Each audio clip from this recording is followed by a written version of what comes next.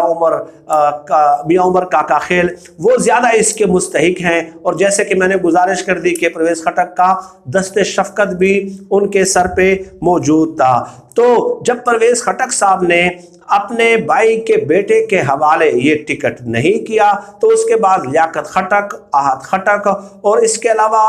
ان کے ساتھ جو ایموشنلی کمپیٹیبل دوسرے وہاں پہ امیدوار تھے، ان سب نے جو ہے نون لیگ کے امیدوار کی حمایت شروع کر دی۔ گویا یہ انٹرنلی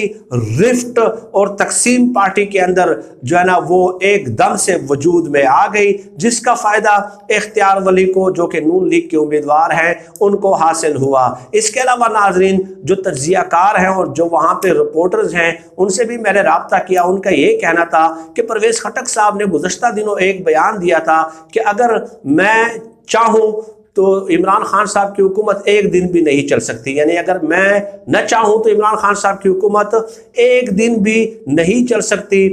پرویز خٹک صاحب کے اس بیان کا بھی لوگوں نے وہاں پہ جو ہے اثر لیا ہے، اور اس سے بھی ناظرین آگے چلتے ہیں۔ یہ جو اختیار ولی ہیں PMLN کے امیدوار، اس کے بارے میں کہا جا رہا ہے کہ یہ کوئی اس قدر ایکسٹرا آرڈنری امیدوار نہیں تھے، لیکن اس میں بھی کوئی دو رائے نہیں ہے کہ نون لیگ کے امیدوار اختیار ولی صاحب نے کافی محنت کی ہے، اور یہ بالکل جو ہے نا یہ بات تسلیم کر لینی چاہیے کھلے دل کے ساتھ کہ کوئی بھی شخص جو ہے وہ گھر میں بیٹھ کے جو ہے نا ایک نشست جیت نہیں سکتا، تو جو جس کا کریڈٹ بنتا ہے اس حد تک اس کو کریڈٹ دینا چاہیے، ٹھیک ہے، کہ یہ ایکسٹرا آرڈنری بالکل بھی نہیں تھے، لیکن محنت انہوں نے کی ہے۔ اور اس کے علاوہ ناظرین ایک فیکٹ یہ بھی ہے اختیار ولی کی جیت کا کہ اس حلقے میں JUIF کے ماضی کے جو الیکشنز ہوتے رہے ہیں، اس حلقے سے JUIF جو ہے 5000 6000 ووٹ حاصل کرتی رہی ہے۔ اس کے علاوہ پیپلز پارٹی کے بھی 6 سے 7000 ووٹ جو ہے وہ وہاں پہ موجود ہیں، تو ان لوگوں نے بھی نون لیگ کے امیدوار کی حمایت کی تھی۔ تو جو 5000 ووٹ JUIF کے ہیں، جو 6-7000 ووٹ اس حلقے میں جو ہے نا پیپلز پارٹی کے ہیں، وہ تمام ووٹ بھی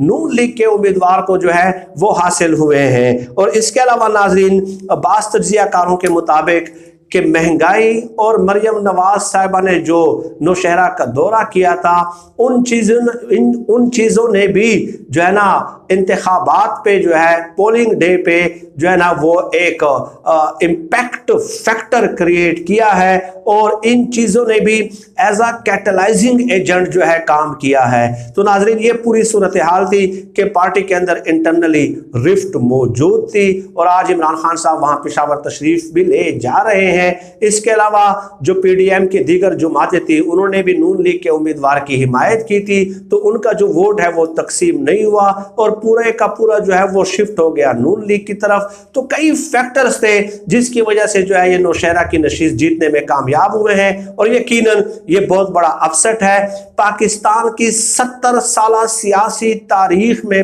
پہلی بار نون لیگ وہاں سے کامیاب ہو رہی ہے، اور یہ تمام فیکٹرز کلیکٹ کر کے انہوں نے جو ہے ایک امپیکٹ وہاں پہ پیدا کیا ہے۔ لیکن مریم نواز صاحبہ کا یہ دعویٰ کرنا کہ ہم نے گھر